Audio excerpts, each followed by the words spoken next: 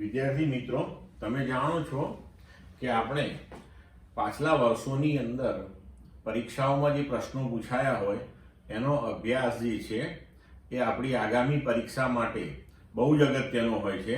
કારણ કે આપણે પાછલા વર્ષોમાં પૂછાયેલા પ્રશ્નોનો જો અભ્યાસ કરીએ તો આપણને એક્ઝેક્ટ અંદાજ આવે કે બોર્ડ આપણી પાસેથી કેવા પ્રકારનું એક્સપેક્ટેશન રાખી રહ્યું છે. તો આપણને એ પ્રમાણે તૈયારી કરવાની સમજ પડે અને બોર્ડમાં પેપરની અંદર કેવા પ્રકારના અને કયા લેવલના પ્રશ્નો પૂછે છે, એ લોકો કેવું ટ્વિસ્ટિંગ કરે છે, કેવી રીતે ફેરવીને પૂછે છે, આ બધી બાબતોનો આપણને ખ્યાલ આવે. તો હવે આપણે એક કામ કરીએ, આપણે ગુજકેટનું 2013નું જે પેપર છે એને આપણે સોલ્વ કરીએ. મિત્રો, અહીંયા આગળ ગુજકેટના પેપરની અંદર આપણે એકચ્યુઅલી 40 પ્રશ્નો પૂછાય છે, પણ 2013નું પેપર છે આ, અને તમારે આ વર્ષે નવો સિલેબસ આવેલો છે. તો આપણે આ પેપરની અંદર જે પ્રશ્નો જૂના સિલેબસના છે એ પ્રશ્નો કાઢી નાખ્યા છે કે જેથી કરીને તમને કોઈ કન્ફ્યુઝન્સ ના થાય. બરોબર? તો આપણે એ પ્રમાણે હવે આગળ વધીએ. તો હવે આપણે જોઈએ પહેલો પ્રશ્ન. જો 60 આંટા ધરાવતા ગૂંચળા સાથે સંકળાયેલ ચુંબકીય ફ્લક્સના ફેરફારનો દર 1 વેબર પર અવર હોય તો તેમાં પ્રેરિત થતું EMF કેટલા વોલ્ટ હશે? હવે આપણને અહીંયા ઓપ્શન આપ્યા છે: A 0, B 1/60, C 1, D 1/3600.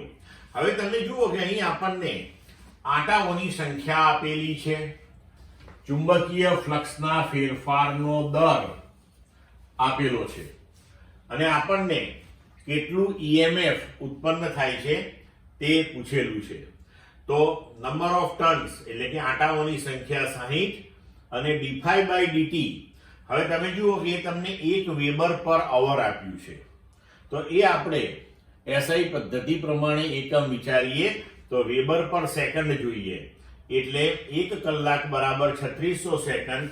તો આપણા માટે d∅dt થયું 1/3600 વેબર પર સેકન્ડ. હવે પ્રેરિત EMF નું આપણી પાસે સૂત્ર છે ફેરેડેના નિયમ અનુસાર કે N E બરાબર N d∅dt. અહીંયા આપણે માનાંકમાં લીધો છે એટલે ઋણ નિશાની મૂકવાની જરૂર નથી, માત્ર મૂલ્ય લઈશું આપણે. તો N નું મૂલ્ય 60, d∅ dt 1/3600. તો આપણો જવાબ આવ્યો 1/60 વોલ્ટ, એટલે કે આપણો જવાબ થશે B. ક્લિયર મિત્રો? હવે જોઈએ પ્રશ્ન નંબર 2. R ત્રિજ્યાની એક બહુ જ મોટી વાહક લૂપના કેન્દ્ર પર સ્મોલ r ત્રિજ્યાની એક બીજી લૂપ સમકેન્દ્રીય બને તેમ મૂકેલી છે. બંને લૂપ સમતલસ્થ છે. આ બંને લૂપના તંત્રનું અન્યોન્ય પ્રેરકત્વ ખાલી જગ્યાના સમપ્રમાણમાં રહે છે. આ પ્રમાણે બે લૂપ ગોઠવેલી છે, આકૃતિમાં દર્શાવેલું છે. આપણને ઓપ્શન આપ્યા છે: A small r upon capital R, B c² upon capital R. અહીંયા ભૂલ સુધારી નાખજો, option C r²/r, option D r² upon r². હવે અહીંયા જુઓ, તમને કહેલું છે પ્રશ્નમાં કે કેપિટલ R એ સ્મોલ r કરતા ઘણો જ મોટો છે. તો હવે આપણે એવું વિચારીએ કે જે બહારની લૂપ છે કેપિટલ R ત્રિજ્યાવાળી, એમાંથી I પ્રવાહ જે પસાર થાય છે, તો એના લીધે તેના કેન્દ્ર ઉપર ઉદ્ભવતું ચુંબકીય ક્ષેત્ર છે એ થશે B બરાબર μ0I અપોન 2R. હવે જમણા હાથના અંગૂઠાના નિયમ પ્રમાણે તમે પ્રવાહની દિશામાં જો આંગળીઓ મૂકો તો અંગૂઠો આપણને આ સમતલને લંબ રૂપે બહારની દિશામાં ચુંબકીય ક્ષેત્ર આપશે. હવે આ ચુંબકીય ક્ષેત્ર જે છે એ જે નાની લૂપ છે એ જે ક્ષેત્રફળ આંતરે છે એ ક્ષેત્રફળ સાથે સંકળાશે, પણ એ ક્ષેત્રફળ ઘણું નાનું છે, કારણ કે કેપિટલ આર એ સ્મોલ આર કરતા ઘણો મોટો છે. તો પાઈ આર સ્ક્વેર જે ક્ષેત્રફળ એણે આંતર્યું છે એ ઘણું જ નાનું ગણી શકાય. તો આપણે એટલા નાના ક્ષેત્રફળની અંદર જે ચુંબકીય ક્ષેત્ર છે તેને સમાન ચુંબકીય ક્ષેત્ર, અચળ ચુંબકીય ક્ષેત્ર ગણી શકીએ.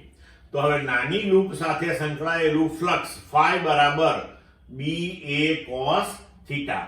બી ચુંબકીય ક્ષેત્ર, એ તેનો ક્ષેત્રફળ સદિશ. તો ક્ષેત્રફળ સદિશ હંમેશા ક્ષેત્રફળને લંબ રૂપે હોય, એટલે બી અને એ બંને એક જ દિશામાં આવે, એટલે આપણે cos થીટા ને અહીંયા cos 0 લખ્યું. હવે બી નું મૂલ્ય μ0I/2r, એ એટલે પાઈ આર સ્ક્વેર. તો 5/i, i ને આપણે આ બાજુ લઈ લઈએ તો એક લૂપમાંથી પસાર થતો પ્રવાહ i અને બીજી લૂપ સાથે સંકળાયેલું ફ્લક્સ 5 છે અહીંયા. જો આપણે 5/i લઈએ તો એ આપણને શું આપે? વ્યાખ્યા અનુસાર અન્યોન્ય પ્રેરકત્વ આપે. તો એ આપણું બન્યું μ0πr²/2r. હવે m બરાબર 5/i આપણે કહ્યું તેમ, તો m બરાબર μ0πr²/2r લખીએ તો μ0π2 આ બધું અચળ છે, માટે આપણે લખી શકીએ કે m ચલે છે r²/r. તો આપણો જવાબ થશે C. ક્લિયર? હવે પછીનો પ્રશ્ન જોઈએ.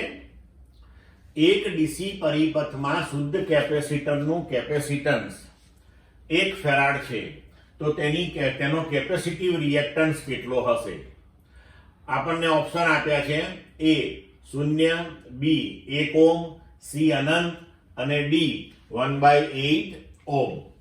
હવે કેપેસિટિવ રિએક્ટન્સ આપણે શોધવાનો છે. તો કેપેસિટિવ રિએક્ટન્સનું સૂત્ર છે 1/ωc. તો આપણે લખ્યું xc બરાબર 1/ωc. ઓમેગા કોણીય આવૃત્તિ બરાબર 2πf. તો હવે આપણો કેપેસિટિવ રિએક્ટન્સ બની ગયો 1/2πfc. હવે તમે જાણો છો કે ડીસી પરિપથ જે છે એની ફ્રીક્વન્સી, એની આવૃત્તિ જે છે એ શૂન્ય હોય. તો હવે અહીંયા આપણે જો આવૃત્તિનું મૂલ્ય શૂન્ય લઈએ તો કેપેસિટન્સ xc બરાબર 1/0 થાય. તો 1/0 એટલે એનો જવાબ મળે આપણને અનંત. તો અહીંયા આપણને ઓપ્શન સી માં અનંત આપેલું છે, માટે આપણો જવાબ થશે સી. ક્લિયર મિત્રો? હવે નેક્સ્ટ ક્વેશ્ચન. 30 ઓહ્મ અવરોધ, 10 ઓહ્મ ઇન્ડક્ટિવ રિએક્ટન્સ ધરાવતું ઇન્ડક્ટર અને 10 ઓહ્મ કેપેસિટિવ રિએક્ટન્સ ધરાવતા કેપેસિટરને શ્રેણીમાં જોડીને તેમને લાગુ પાડેલ એસી વોલ્ટેજ V બરાબર 300√2 sin ωt વોલ્ટ હોય તો પરિપથમાં વહેતો પ્રવાહ કેટલો હશે? હવે આપણને વિકલ્પ આપ્યા છે A 10 ampere, B 30 ampere, C 20 ampere અને D 100 એમ્પિયર. હવે એનો ઉકેલ જોઈએ આપણે. તો આપણે પરિપથમાંથી વહેતો પ્રવાહ શોધવાનો છે. અવરોધ, ઇન્ડક્ટિવ રિએક્ટન્સ, કેપેસિટિવ રિએક્ટન્સ અને વોલ્ટેજ આપણને આપેલા છે. તો વહેતો પ્રવાહ I બરાબર V/Z. હવે V બરાબર એટલે અહીંયા આપણે જે V લઈએ એ V RMS હોય ઓલવેઝ, એટલે એના બરાબર થશે Vm/√2. Vm શું છે? મહત્તમ વોલ્ટેજ, અને ઇન્ટુ 1/Z. તો આપણે આ સમીકરણ લખી શકીશું Vm/√2. હવે Z આખા પરિપથનો જે રિએક્ટન્સ છે, બરોબર છે, એનો જે અવરોધ છે આપણે લખી શકીએ √r² + xl - xc નો વર્ગ. પણ હવે તમે અહીંયા જુઓ, આપણને ઇન્ડક્ટિવ રિએક્ટન્સ અને કેપેસિટિવ રિએક્ટન્સ બંને 10-10 ઓહ્મ સમાન આપેલા છે, એટલે આ xl - xc જે છે એ કેન્સલ થઈ જશે અને આપણું જે સૂત્ર છે વોલ્ટેજનું એ પ્રમાણે આપણે જોઈ શકીએ કે મહત્તમ વોલ્ટેજ Vm 300√2 છે. તો આ મૂલ્યો આપણે અહીંયા ગોઠવીએ તો આ √2 કેન્સલ થઈ જશે અને 300 અપોન અવરોધનું મૂલ્ય 30 અને આ 10-10 સમાન છે એટલે એ પણ કેન્સલ થઈ જશે. તો આપણો આન્સર આવશે 300/30 એટલે કે 10 એમ્પિયર. મતલબ કે આપણો જવાબ થશે વિકલ્પ એ. ક્લિયર મિત્રો? હવે જોઈએ નેક્સ્ટ ક્વેશ્ચન. એક આરસીએસી પરિપથમાં મહત્તમ વોલ્ટેજ 100 વોલ્ટ અને મહત્તમ પ્રવાહ 1.1 એમ્પિયર છે. જો XC 60 ઓહ્મ અને R 80 ઓહ્મ હોય તો પરિપથમાં વપરાતો પાવર ખાલી જગ્યા હશે. ભાઈ ધ્યાન રાખજો, મહત્તમ વોલ્ટેજ અને મહત્તમ પ્રવાહ આપણને આપેલા છે, બરોબર? XC ને R તો આપેલા જ છે અને પાવર આપણે શોધવાનો છે. આપણને વિકલ્પ આપ્યા છે A 176.0 watt, B 44.0 watt, C 88.0 watt, D 22.0 watt. હવે પાવરનું સૂત્ર છે આપણી પાસે Vrms Irms cos delta. cos delta આપણો પાવર ફેક્ટર છે, બરોબર? તો Vrms એટલે Vm/√2, Irms એટલે Im/√2, cos ડેલ્ટા. હવે cos ડેલ્ટા એટલે તો cos થીટા માટે આપણે લખીએ છીએ કે બાજુ જે એની છે એને ભાગ્યા વિકર્ણ, બરોબર છે? તો r ભાગ્યા, હવે આપણો વિકર્ણ થશે √r² + xc². આ આપણે થિયરીમાં ભણેલા છીએ. તો હવે અહીંયા જો આપણે મૂલ્યો ગોઠવીએ તો મહત્તમ વોલ્ટેજ 100, મહત્તમ કરંટ 1.1, r 80, √2 × √2 √80² + 60². તો આને આપણે જો સોલ્વ કરીશું તો આપણો આન્સર આવશે 44 વોટ. એટલે કે અહીં આપણો જવાબ થશે બી. ક્લિયર મિત્રો? હવે નેક્સ્ટ ક્વેશ્ચન જોઈએ. 800 વોટના એક બલ્બની કાર્યક્ષમતા 3% છે અને તેને 20 મીટર વ્યાસના ગોળાના કેન્દ્રમાં રાખવામાં આવેલો છે. તો તેની સપાટી પર વિદ્યુત ચુંબકીય તરંગો દ્વારા લાગતું બળ કેટલું હશે? આપણને વિકલ્પ આપ્યા છે 8 × 10⁻⁻6 newton, B 8 × 10⁻⁻10 newton, C 8 × 10⁻8 newton અને D 8 × 10⁻12 ન્યૂટન. હવે જુઓ કે 800 વોટનો બલ્બ છે અને બલ્બની કાર્યક્ષમતા 3% છે. મતલબ કે બલ્બ 1 સેકન્ડમાં 800 જૂલ વિદ્યુત ઉર્જા વાપરે છે અને બલ્બનું કાર્ય શું છે કે વિદ્યુત ઉર્જાને એ વિદ્યુત ચુંબકીય તરંગો એટલે કે પ્રકાશમાં રૂપાંતરિત કરે છે. એની કાર્યક્ષમતા 3% છે. તો એ જે વિદ્યુત ઉર્જા વાપરે છે એની 3% એ પ્રકાશમાં રૂપાંતરિત કરે છે. તો હવે 1 સેકન્ડમાં મળતી પ્રકાશ ઉર્જા કેટલી થશે આપણા માટે? તો એ 800 ના 3% એટલે કે 800 × 3/100 = 24 જૂલ. હવે શું થશે મિત્રો અહીંયા કે ધારો કે આ આપણો ગોળો છે અને ગોળાના કેન્દ્ર ઉપર આપણે અહીંયા બલ્બ રાખ્યો છે. તો એ જે ઉર્જા ઉત્પન્ન કરશે પ્રકાશ ઉર્જા એ આવી રીતે ગોળાની સપાટીમાંથી બધી દિશાઓમાંથી પ્રસરણ પામતી હશે આવી રીતે. તો હવે ગોળાની સપાટી ઉપર જ્યારે એ વિદ્યુત ચુંબકીય તરંગો પડે ત્યારે કેટલું બળ લાગે છે એ આપણે શોધવાનું છે. તો હવે બળ બરાબર વેગમાન ભાગ્યા સમય, આપણે ભણી ગયા છીએ 11માં, અને વેગમાન બરાબર ઉર્જા ભાગ્યા વેગ. હવે પ્રકાશનો વેગ આપણે c થી લખીએ છીએ એટલે ઉર્જા ભાગ્યા વેગ ઇન્ટુ t. હવે u/t પ્રતિ સેકન્ડે મળતી પ્રકાશ ઉર્જા જે છે 24 જૂલ છે. તો એ આપણે 24 જૂલ અહીંયા લખીએ. તો F બરાબર P આપણા માટે u/t આપણા માટે 24 છે. તો 24 ભાગ્યા c એટલે કે 3 × 10⁸. તો તો આપણો જવાબ આવશે 8 × 10⁻⁸ ન્યૂટન. તો હવે આપણો જવાબ થયો આ વિકલ્પ સી. ક્લિયર મિત્રો? હવે આપણે નેક્સ્ટ ક્વેશ્ચન જોઈએ.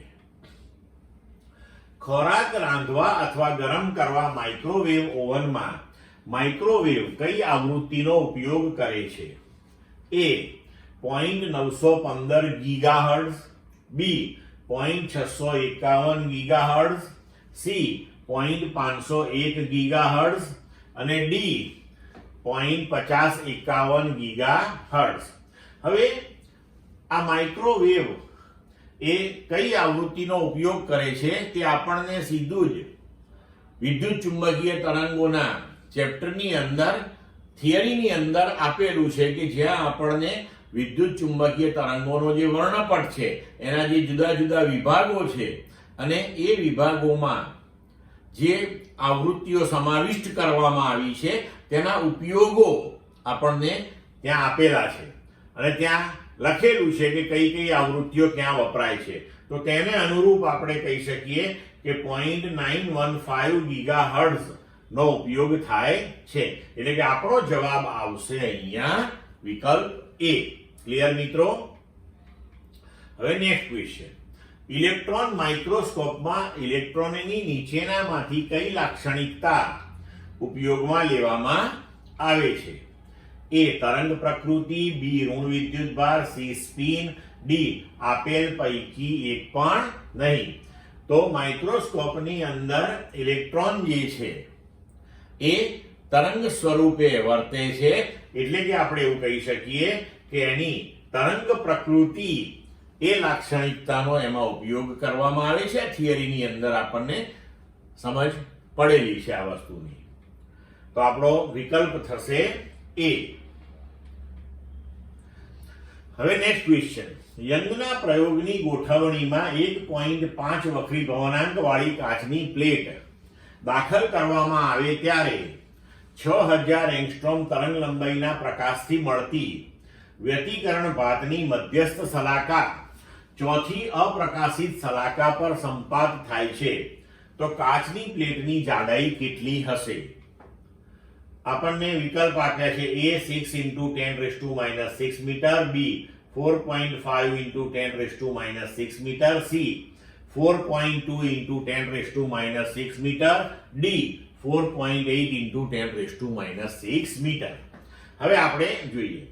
હવે મિત્રો યંગના પ્રયોગની અંદર એટલે કે આપણે જે બે સ્લિટનો પ્રયોગ લઈએ છીએ એ બંને સ્લિટમાંથી જે પ્રકાશના તરંગો પડદા ઉપર જ્યારે આપાત થતા હોય ત્યારે એક સ્લિટમાંથી આવતા જે તરંગો છે એના પથમાં તમે જો કાચની પ્લેટ મૂકી દો તો એવું થશે કે એક સ્લિટમાંથી આવતા તરંગો હવામાંથી પસાર થશે અને બીજા એ જે કાચની પ્લેટ તમે મૂકી છે એની જે જાડાઈ છે એટલા વિસ્તારમાંથી જ્યારે પસાર થશે ત્યારે એના વેગમાં ફેરફાર થઈ જશે. એટલે હવે આ બંને તરંગો જ્યારે પડદા ઉપર આપાત થશે ત્યારે તેમની વચ્ચે પથ તફાવત ઉત્પન્ન થશે. તો અહીંયા તમારે મિત્રો યાદ રાખવાનું છે કે જો પ્લેટની જાડાઈ ટી હોય તો જે પથ તફાવત ત્યાં ઉત્પન્ન થાય છે એ T × μ-1 જેટલો હોય છે. હવે આપણને કહ્યું છે કે 6000 એંગસ્ટ્રોમ તરંગ લંબાઈના પ્રકાશથી મળતી વ્યતિકરણ ભાતની મધ્યસ્થ શલાકા ચોથી અપ્રકાશિત શલાકા ઉપર સંપાત થાય છે. તેનો મતલબ એ થયો કે આ જે પથ તફાવતમાં જે ફેરફાર થયો એ ચોથી અપ્રકાશિત શલાકા માટેનો પથ તફાવત માઇનસ મધ્યસ્થ શલાકા માટેના પથ તફાવત જેટલો થયો. કારણ કે આપણને કહ્યું છે કે ચોથી અપ્રકાશિત ઉપર તમારી મધ્યસ્થ પહોંચે છે તો એ બેનો જે પથ તફાવત છે એ આની અંદર ઉમેરાયો. હવે T × μ-1 બરાબર હવે અપ્રકાશિત શલાકા માટે આપણે લખી શકીએ કે ચોથા નંબરની છે. બરોબર? તો ચોથા નંબરની અપ્રકાશિત શલાકા માટે આપણે લખી શકીએ કે પદ તફાવત n-1/2 × લેમ્બડા. તો n આપણા માટે છે ચોથી અપ્રકાશિત એટલે 4 બરોબર છે? સોરી 2n-1/2 ઇન્ટુ લેમડા, એટલે 4 દુ 8 ઓછા 1 એટલે 7/2 ઇન્ટુ લેમડા, અને મધ્યસ્થ માટેનો પદ તફાવત 0. તો t ઇન્ટુ મ્યુ માઇનસ 1 આપણા માટે થશે 7 લેમડા/2. હવે આપણને લેમડા તરંગ લંબાઈ 6000 એંગસ્ટ્રોમ આપેલી છે, તો આપણે t ને સૂત્રનું કરતા બનાવીએ. આના બરાબર 7 લેમડા અપોન 2 મ્યુ માઇનસ 1. હવે કિંમતો ગોઠવી દો. 7 લેમડા 6000 એંગસ્ટ્રોમ એટલે 6000 ગુણ્યા 10⁻⁻10. 2 વક્રી ભવનાંક તમને આપેલો છે અહીંયા કાચની પ્લેટનો 1.5 ઓછા 1, અને આને આપણે સોલ્વ કરીશું તો t નો જવાબ મળશે 4.2 ઇન્ટુ 10⁻⁻6 મીટર. એટલે કે વિકલ્પ પ્રમાણે આપણો જવાબ થશે સી. ક્લિયર મિત્રો? હવે નેક્સ્ટ ક્વેશ્ચન જોઈએ. I1 અને I2 તીવ્રતા વાળા પ્રકાશના બે કિરણ જૂથ વ્યતિકરણ ભાત રચે છે. જો તેમની મહત્તમ અને ન્યૂનતમ તીવ્રતાઓનો ગુણોત્તર 16/4 હોય તો I1 upon I2 બરાબર ખાલી જગ્યા થાય. હવે જુઓ, અહીંયા આપણને વિકલ્પ આપ્યા છે: A 1/9, B 4/1, C 1/4, D 9/1. તો હવે અહીંયા આપણે જોઈએ કે મહત્તમ અને ન્યૂનતમ તીવ્રતાઓનો ગુણોત્તર તમને આપ્યો છે. તો આપણે લખ્યું I maximum upon I minimum, એના બરાબર 16/4. હવે આપણે જાણીએ છીએ કે તીવ્રતા એ કંપ વિસ્તારના વર્ગના સમપ્રમાણમાં હોય છે, અને એ પ્રકાશ કિરણ જૂથ જે છે તેમની સ્વતંત્ર તીવ્રતાઓ I1 અને I2 છે. તો હવે આપણે લખી શકીએ કે I1 ચલે છે A1 સ્ક્વેર, I2 ચલે છે A2 સ્ક્વેર. બરોબર છે?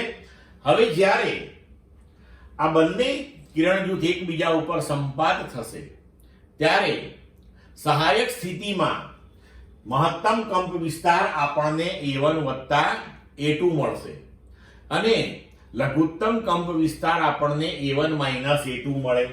તો આપણે લખી શકીએ એના ઉપરથી કે I મેક્સિમમ એ મહત્તમ કંપ વિસ્તાર એટલે કે A1 વત્તા A2 ના વર્ગને સમપ્રમાણમાં હશે, અને લઘુત્તમ તીવ્રતા એ A1 માઇનસ A2 ના વર્ગને સમપ્રમાણમાં હશે.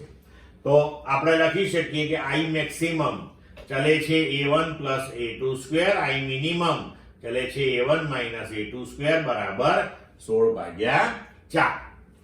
હવે બંને બાજુએ વર્ગમૂળ લઈ લઈએ તો A1 વત્તા A2 upon A1 minus A2 બરાબર 4/2.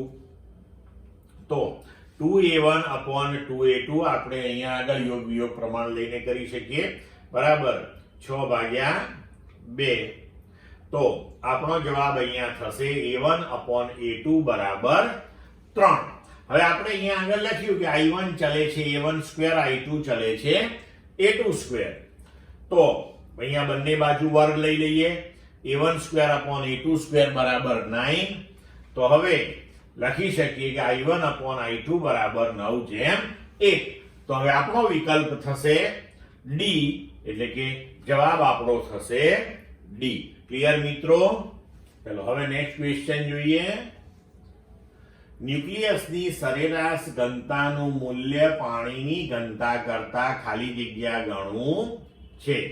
આપણને વિકલ્પ આપ્યા છે: A 2.3 into 10⁻12, B 2.3 into 10⁻17, C 2.3 into 10⁻14 અને D 2.3 into 10⁻19. તો આપણે ટેક્સ્ટબુકમાં થિયરીની અંદર ભણી ગયા છીએ કે ન્યુક્લિયસની ઘનતા જે છે એ 2.3 into 10⁻17 કિલોગ્રામ પર મીટર ક્યુબના ક્રમની છે, અને આપણને પાણીની ઘનતાની સાપેક્ષમાં પૂછ્યું છે, તો પાણીની ઘનતા એ 10³ કિલોગ્રામ પર મીટર ક્યુબ છે. તો 10⁻17 ભાગ્યા 10⁻³ કરીએ એટલે આન્સર આવે 10⁻14. તેનો મતલબ એ થયો કે ન્યુક્લિયસની ઘનતા એ પાણીની ઘનતા કરતા 10⁻14 ગણી વધારે થઈ. તો હવે આપણે વિકલ્પ પ્રમાણે આન્સર લખી શકીએ કે 2.3 × 10⁻14, એટલે કે આપણો જવાબ આવશે સી. ક્લિયર મિત્રો? હવે આગળ જોઈએ. આકૃતિમાં દર્શાવ્યા પ્રમાણે ડાયોડ અને એક અવરોધના જોડાણને સાઇનોસોઇડલ એટલે કે જે સાઇન વિધેયને અનુસરતું હોય એ પ્રમાણેનું વોલ્ટેજ, એનું મહત્તમ મૂલ્ય 220 વોલ્ટ આપેલ છે. જો ડાયોડ આદર્શ હોય તો અવરોધના બે છેડે મળતા આરએમએસ વોલ્ટેજનું મૂલ્ય ખાલી જગ્યા થાય.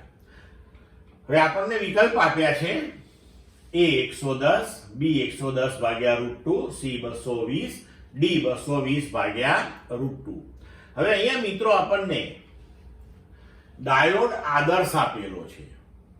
તો આપણે થિયરીમાં ભણ્યા છીએ કે આદર્શ ડાયોડ જ્યારે આપણે કહીએ તો એનો મતલબ કે એનો અવરોધ જે છે એ આપણે ફોરવર્ડ બાયસની અંદર શૂન્ય લેવાનો હોય છે. તો હવે અહીંયા આગળ આરએમએસ વોલ્ટેજનું મૂલ્ય આપણે લખી શકીએ કે Vm/√2, મહત્તમ વોલ્ટેજ ભાગ્યા √2. હવે જો અહીંયા આગળ ડાયોડ જે છે એનો અવરોધ આપણે શૂન્ય લઈએ તો ડાયોડમાંથી જ્યારે પ્રવાહ વહેતો હોય ત્યારે ડાયોડના બે છેડા વચ્ચે કોઈ પણ વોલ્ટેજ ડ્રોપ મળે નહીં. તો R ના બે છેડા વચ્ચે જ આ સીધા વોલ્ટેજ આપણને મળશે. તો Vrms બરાબર Vm/√2, અને આપણને મહત્તમ મૂલ્ય વોલ્ટેજનું 220 આપ્યું છે. તો 220 ભાગ્યા √2, એટલે કે વિકલ્પ પ્રમાણે આપણે જવાબ આપી શકીએ ડી. ક્લિયર મિત્રો? Next question. બે બિંદુવત વીજભારોને K જેટલો ડાઇલેક્ટ્રિક અચળાંક ધરાવતા માધ્યમમાં મૂકતા લાગતું બળ F છે. જો માધ્યમને દૂર કરવામાં આવે તો લાગતું બળ કેટલું હશે? તો વિકલ્પ આપ્યા છે A F/K, B F/√K, C Fk અને D F√K. તો આપણે જાણીએ છીએ કે બે વિદ્યુત ભારો વચ્ચે હવામાં બળ એ F હોય તો K ડાઇલેક્ટ્રિક માધ્યમની અંદર જ્યારે એ બે વિદ્યુત ભારોને મૂકવામાં આવે ત્યારે એ કેમાં ભાગનું એટલે કે F ભાગ્યા K થઈ જાય. પણ હવે અહીં આપણને એવું કહેલું છે કે K ડાઇલેક્ટ્રિક અચળાંક ધરાવતા માધ્યમમાં જ એ F છે. તો જો માધ્યમ દૂર કરી નાખો તો એ K ગણું વધી જાય, એટલે કે F K થશે. તો આપણને જે વિકલ્પ આપ્યા છે તે પ્રમાણે આપણો જવાબ જે છે એ થશે સી. Next question. કોઈ એક વિસ્તારમાં XYZ મીટર બિંદુએ વિદ્યુત સ્થિતિમાન 5x² વોલ્ટ વડે અપાય છે. તો 1, 2, 3 મીટર બિંદુએ વિદ્યુત ક્ષેત્ર કેટલું હશે? આપણને વિકલ્પ આપ્યા છે A -10i caret, B -30k caret, C -20j caret, D i caret + 2j caret + 3k caret. હવે જુઓ મિત્રો કે આપણે જાણીએ છીએ કે વિદ્યુત ક્ષેત્ર અને વોલ્ટેજ વચ્ચેનો જે સંબંધ છે એ છે E બરાબર -dv/dx અને i કેરેટ. એ આપણે અહીંયા આગળ કેમ માત્ર x દિશામાં જ આને ધ્યાનમાં લીધું? કારણ કે આપણને વોલ્ટેજ જે બદલાય છે એ માત્ર x ને અનુરૂપ બદલાય છે, બરોબર? એટલા માટે આપણે x ની સાપેક્ષે અહીંયા વિકલન લીધું છે. નહીંતર તમે જાણો છો કે આપણે અહીંયા આગળ -dv/dx i caret, -dv/dy j caret, -dv/dz k caret લેવું પડે. પણ અહીંયા v જે છે તમારો એ y અને z ઉપર આધારિત નથી. તો હવે આપણે minus D by D X voltage આપ્યા છે 5x² i કેરેટ. આનું વિકલન કરીએ તો x સ્ક્વેર નું થશે 2x એટલે જવાબ આવ્યો -10x i કેરેટ. હવે વિદ્યુત ભારનું મૂલ્ય આપણે શોધવાનું છે 1 2 3 બીટા રે. તો x નું મૂલ્ય થયું 1, y નું 2 અને z નું 3. પણ હવે અહીંયા આગળ આપણે તો માત્ર x ચલ જ દાખલ થઈ રહ્યો છે, તો આપણે હવે x નું મૂલ્ય અહીંયા આગળ ગોઠવીએ તો x ની જગ્યાએ 1 મૂકીએ તો આપણો વિદ્યુત ક્ષેત્રનો જવાબ મળશે -10 i કેરેટ ન્યૂટન પર કુલમ. એટલે વિકલ્પ પ્રમાણે આપણો જવાબ થશે A. ક્લિયર મિત્રો? હવે નેક્સ્ટ ક્વેશ્ચન લઈએ મિત્રો. કાર્ટેશિય યામ પદ્ધતિના ઉગમ બિંદુ પર 10⁻⁹ કુલમ જેટલો વિદ્યુતભાર મૂકેલો છે. બીજો વિદ્યુતભાર q એ 200 મીટર યામ પર છે. જો 311 મીટર યામના સ્થાને વિદ્યુત ક્ષેત્રનો y ઘટક 0 હોય તો વિદ્યુત ભાર q નું મૂલ્ય ખાલી જગ્યા કુલમ્બ થશે. આપણને વિકલ્પ આપ્યા છે A -0.43 × 10⁻⁹, B -0.1424 × 10⁻⁹, C અહીંયા મિત્રો પ્લસ કરી દેજો +0.43 × 10⁻⁹ અને D આપેલ પૈકી એક પણ નહીં. હવે જોઈએ આપણે તો જુઓ આપણે ફિગર તૈયાર કરીએ કે ઉગમ બિંદુ ઉપર 10⁻⁹ કુલમ એટલે કે સ્મોલ q આપણે એને કહીએ એ ઉગમ બિંદુ પર છે. કેપિટલ Q 200 પાસે છે અને બિંદુ P કે જેના યામ 311 છે ત્યાં આગળ વિદ્યુત ક્ષેત્રનો y ઘટક 0 છે એવું આપણને કહેલું છે. P બિંદુ પાસે જે પરિણામી વિદ્યુત ક્ષેત્ર હોય તે સ્મોલ q અને કેપિટલ Q બંનેના લીધે કરીને મળતું જે ક્ષેત્ર હોય એના સદિશ સરવાળા જેટલું હોય. હવે આપણે જાણીએ છીએ કોઈ પણ બિંદુવત વિદ્યુત ભારથી r અંતરે રહેલા બિંદુએ વિદ્યુત ક્ષેત્ર એ થશે kq/r². તો kq/ અહીંયા સ્ક્વેર કરી દેજો મિત્રો, આટલું કાઢી નાખો. તો E1 બરાબર kq/r12. પણ આપણે સદિશ સ્વરૂપે જોઈએ છે તો r1 ની દિશામાંનો એકમ સદિશ લઈએ તો સદિશ r1 એનું મૂલ્ય. હવે આ જે સદિશ r1 છે એ થશે 3i caret 1 + 1j caret + 1k caret. તો એનું મૂલ્ય આપણે લઈએ તો √3 નો વર્ગ વત્તા 1 નો વર્ગ વત્તા 1 નો વર્ગ એટલે √11 થશે. તો હવે અહીંયા આપણે k અહીંયા સ્મોલ q છે આપણે તો એનું મૂલ્ય 10⁻⁹ r1 સદિશ એના યામ 311 અને r1² એટલે √11 નો સ્ક્વેર 11 અને પછી r1 નું મૂલ્ય એટલે કે √11. ક્લિયર? હવે આપણે કેપિટલ Q વિદ્યુતભાર કે જે 200 પાસે છે એના લીધે 311 પાસેનું ક્ષેત્ર લખીએ તો E2 બરાબર kq/r2² r2 નું મૂલ્ય. તો kq હવે 311 એ આપણે 200 થી લેવાનું છે બરોબર. એટલે આ સદિશ થશે 3i + 1j + 1k કેરેટ અને 200 જે છે એને અનુરૂપ સદિશ થશે 2i + 0j + 0k. એટલે આને લખવાની જરૂરત નથી બરોબર. તો હવે આ બે વચ્ચેનું અંતર આપણે લખીએ તો આમાંથી આને બાદ કરીએ એટલે આપણને અહીંયા મળશે i caret + j caret + k caret. એટલે આપણે લખ્યું અહીંયા આગળ r211. હવે આનું મૂલ્ય તો અંડર રૂટ 1 નો વર્ગ વત્તા 1 નો વર્ગ વત્તા 1 નો વર્ગ એટલે અંડર રૂટ 3 થશે. તો રૂટ 3 નો સ્ક્વેર એટલે 3 અને આ મૂલ્ય એટલે રૂટ 3. તો હવે P પાસે આપણને પરિણામી ક્ષેત્ર જે મળે એ E1 વત્તા E2 થશે. પણ આપણને કહેલું છે રકમમાં એવું કે આ જે પરિણામી ક્ષેત્ર છે એનો y ઘટક 0 છે. એટલે કે E1 અને E2 જે છે એના y ઘટકોનો સરવાળો એ 0 થશે. તો હવે y ઘટકોનો સરવાળો લઈએ તો અહીંયા આગળ y ઘટક એટલે 1 છે. આગળ પણ આપણે જે ક્ષેત્ર E1 લીધું એનો y ઘટક અહીંયા એટલે કે y આમ 1 હતો. તો k * 10⁻⁹ upon 11 √11 plus kq upon 3 √3 બરાબર 0. તો હવે આપણે અહીંયા k બંને બાજુથી કાઢીને જમણી બાજુ લઈ જઈએ તો 0 થઈ જશે. અને પછી આપણે q ને સૂત્રનો કર્તા બનાવીએ તો આપણને મળશે -3 √3 upon 11 √11 into 10⁻⁹ કુલમ.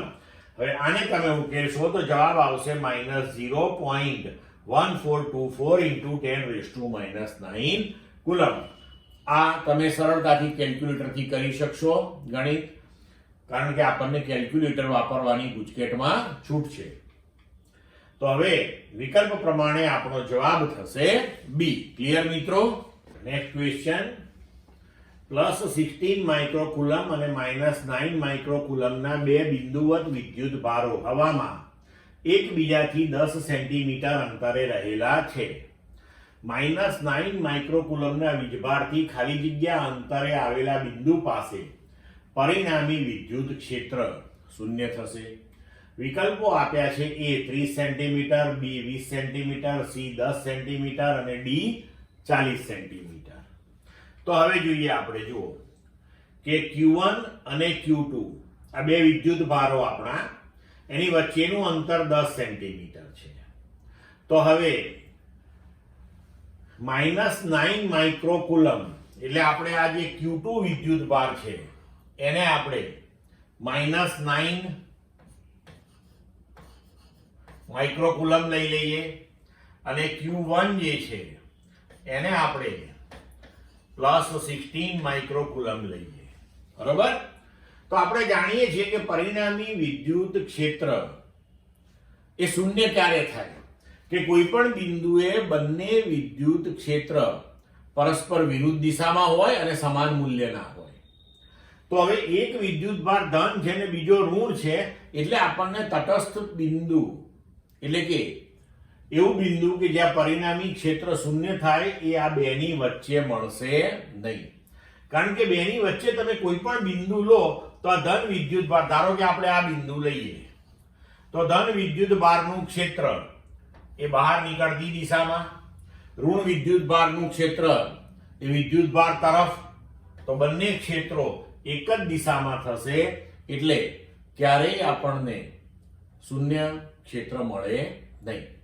પણ હવે જો આપણે કોઈ બહારના બિંદુએ વિચારીએ તો Q2 જે છે ત્યાં આગળ આપણું Q2 માટેનું આ બિંદુએ ક્ષેત્ર એ Q2 તરફ મળે અને Q1 ધન છે એટલે બહારની તરફ આમ મળે. તો બંને વિરુદ્ધ દિશામાં થયા. બરોબર? નો ડાઉટ આવું જ બિંદુ તમને આ બાજુએ પણ મળે, પણ બંનેના મૂલ્યો પણ સાથે સાથે સમાન થવા જોઈએ. દિશાઓ ભલે વિરુદ્ધ હોય પણ મૂલ્યો પણ સમાન થવા જોઈએ. તો એ નાના વિદ્યુત ભારની નજીક થાય હંમેશા.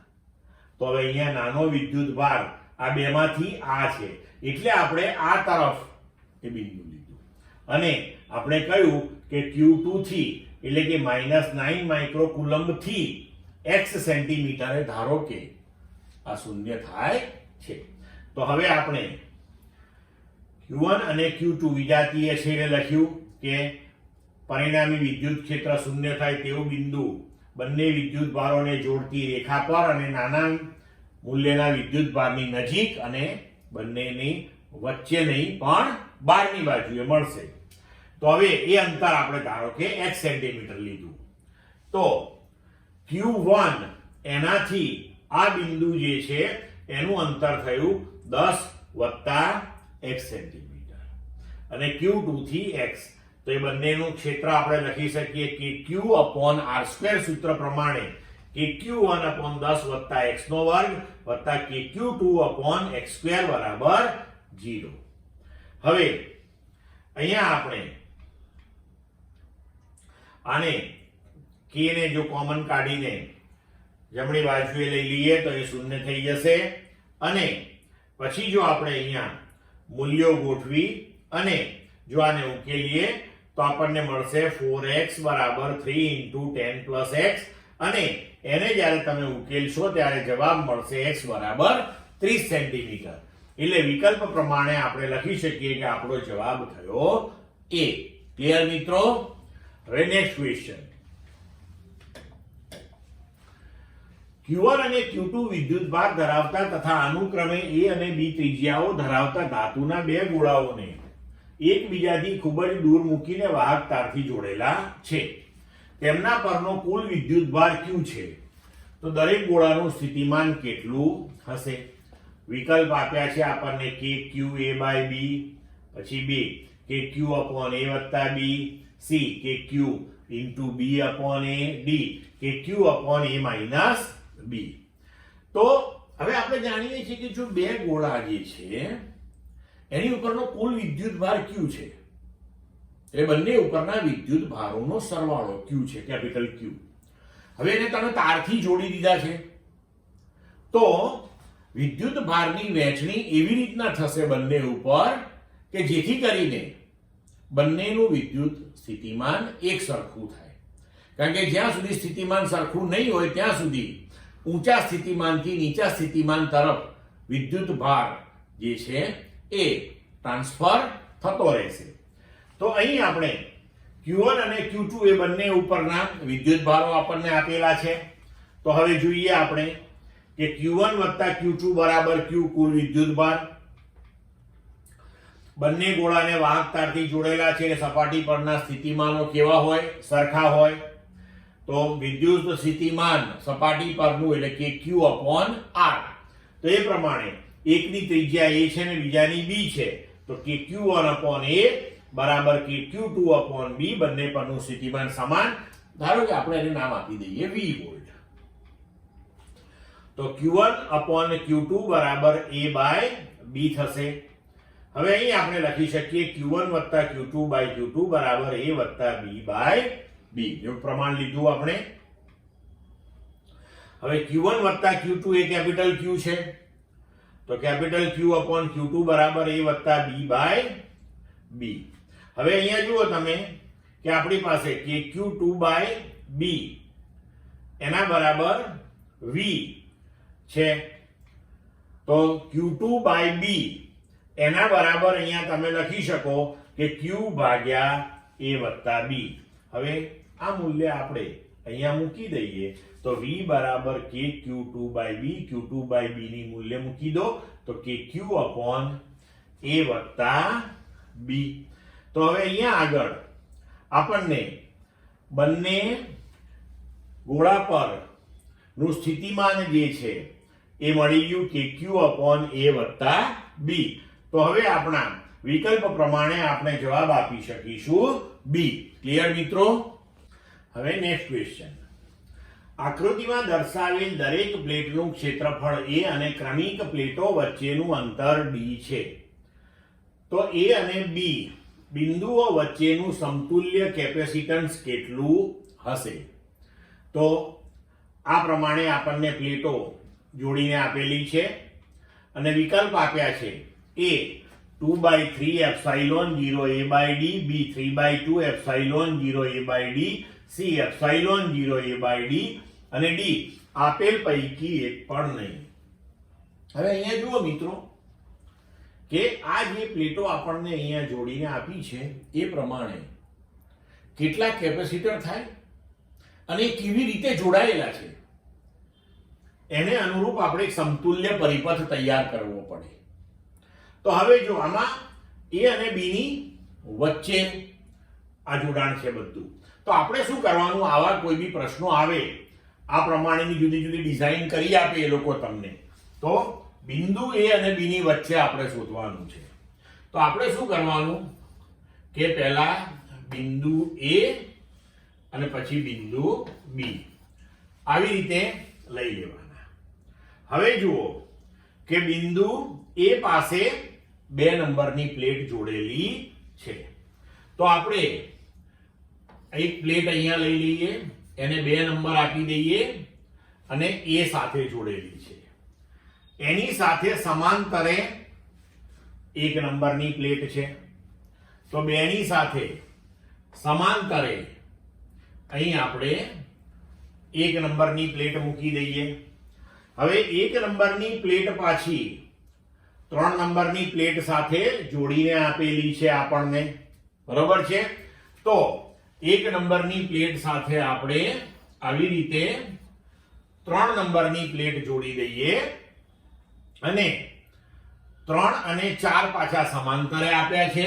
તો આ 4 નંબરની પ્લેટ અને 4 નંબરની પ્લેટ B સાથે છે.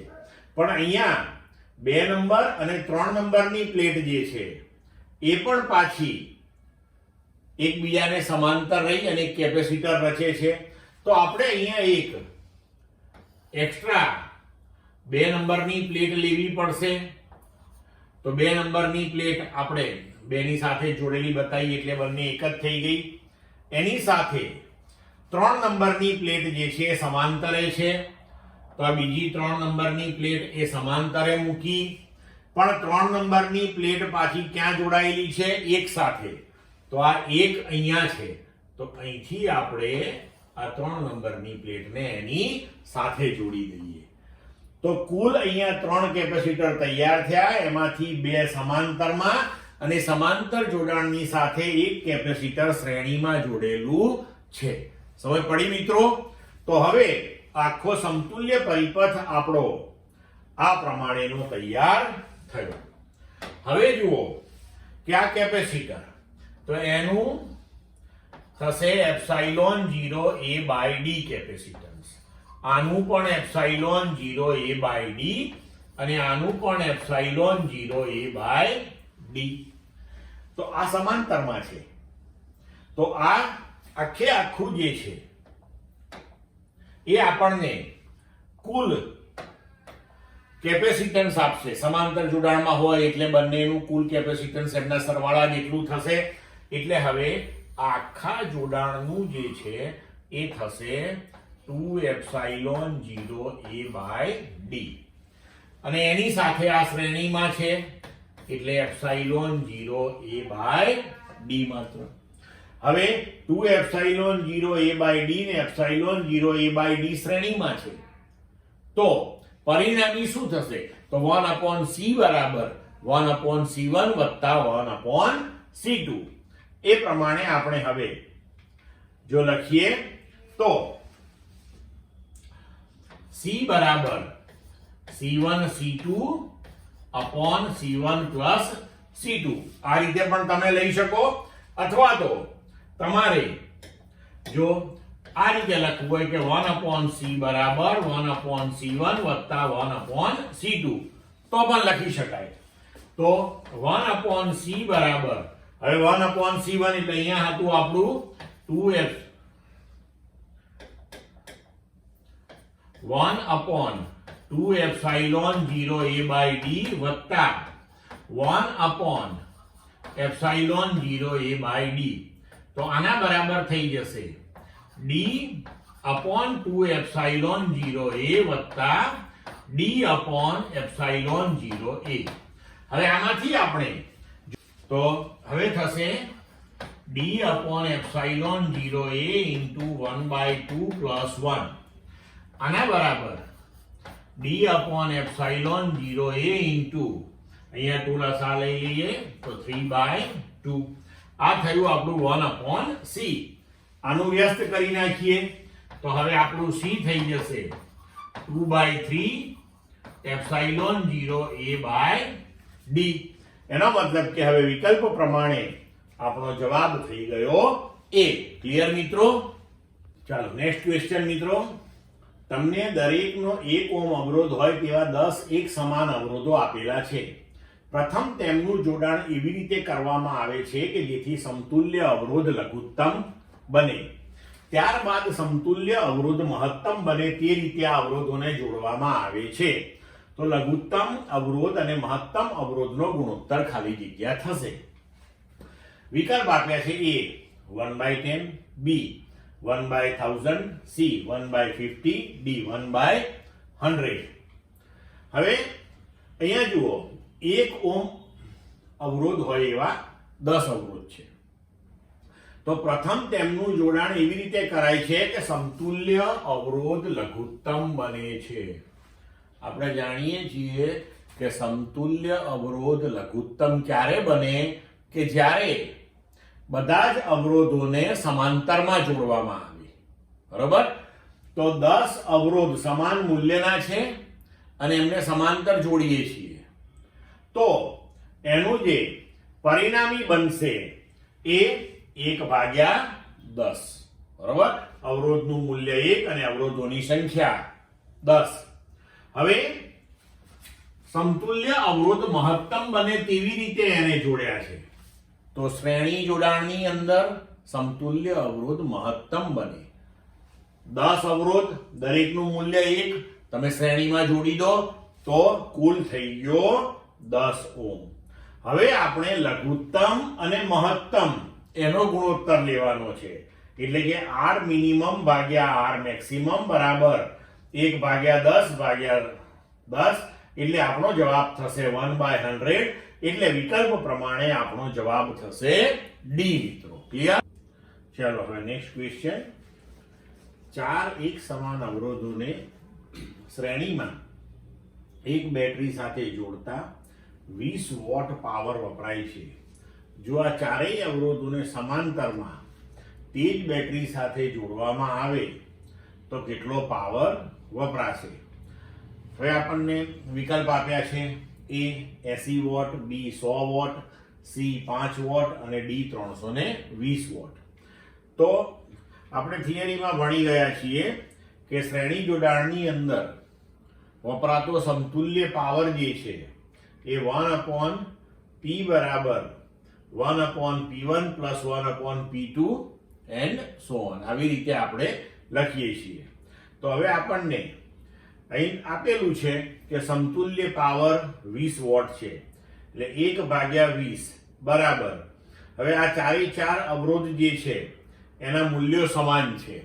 એટલે ચારે ચાર માટે P1, P2, P3, P4 આપણે લઈએ તો એ સમાન જ હશે, જેને આપણે P કહીએ. એટલે 4 વખત 1/P લખીએ તો 4/P. એનો મતલબ એ થયો કે પ્રત્યેક અવરોધની અંદર વપરાતો પાવર P બરાબર 80 વોટ થશે. હવે આપણે સમાંતર જોડાણની વાત કરીએ તો સમાંતર જોડાણમાં સમતુલ્ય પાવરનું સમીકરણ આપણે થિયરીમાં ભણી ગયા છીએ. P1 plus P2 plus P3 અને તો આવી રીતે આપણી પાસે અત્યારે 4 અવરોધ છે. તો P પેરેલલ આપણે લખી શકીએ 4 વખત P. તો 4 અને P નું મૂલ્ય આપણે લઈ આવ્યા 80. એટલે આપણો જવાબ આવશે 320 વોટ. એટલે વિકલ્પ પ્રમાણે આપણો જવાબ થશે D. ક્લિયર મિત્રો? Next question. વિદ્યુત કોષમાંથી વહેતો પ્રવાહ અને તેના બે ધ્રુવો વચ્ચે ઉદ્ભવતો વિદ્યુત સ્થિતિમાનનો તફાવત પ્રયોગ દ્વારા મેળવી તેના અવલોકનો મેળવી અવલોકન કોઠો તૈયાર કરવામાં આવે છે. વિદ્યુત કોષનો આંતરિક અવરોધ R છે. અવલોકનો આપ્યા છે. 1 volt, 0.08 ampere, 0.5 volt, 0.18 ampere, 0.8 volt, 0.12 ampere. તો પ્રયોગમાં વપરાયેલ વિદ્યુત કોષનું વિદ્યુત ચાલક બળ કેટલું હશે? હવે વિકલ્પ આપ્યા છે. A 1.5 volt, B 2 volt, C 1.4 volt, D 2.5 volt. હવે એનો ઉકેલ જોઈએ આપણે. આપણી પાસે સૂત્ર છે કે ટર્મિનલ વોલ્ટેજ બેટરીના જે આપણે લઈએ છીએ એ V બરાબર વીજ ચાલક બળ E માઇનસ IR. તેના પરથી લખી શકીએ E બરાબર V પ્લસ IR. હવે આપણે અહીંયા અવલોકન કોઠો જે છે એમાં પહેલી અને બીજી હરોળના V અને I ના મૂલ્યો જે છે એને આ સમીકરણમાં મૂકીએ. વીજ ચાલક બળ તો એનું એ જ અચળ રહેવાનું છે. તો E બરાબર આપણે પહેલી હરોળના અવલોકન માટે V1 વત્તા I 0.08 R, બીજા અવલોકન માટે V 0.5 પ્લસ I 0.18 R. હવે આ જે સમીકરણ આપણને મળ્યું એને જો આપણે ઉકેલીએ અને એમાંથી R ને સૂત્રનો કર્તા બનાવી અને જો R નું મૂલ્ય શોધીએ તો R આપણને મળશે 5 ઓહ્મ. હવે આ બેમાંથી E બરાબર આ અથવા તો E બરાબર આ, એ બેમાંથી કોઈ પણ એકમાં આપણે R ની મૂલ્ય મૂકી દઈએ તો E બરાબર 1 પ્લસ 0.08 R માં R નું મૂલ્ય આપણે 5 ઓહ્મ મૂકી દઈએ તો R નું મૂલ્ય 5 ઓહ્મ મૂકતા આપણને E જે છે એ મળશે 1.4 વોલ્ટ. એટલે કે આપણને આપેલા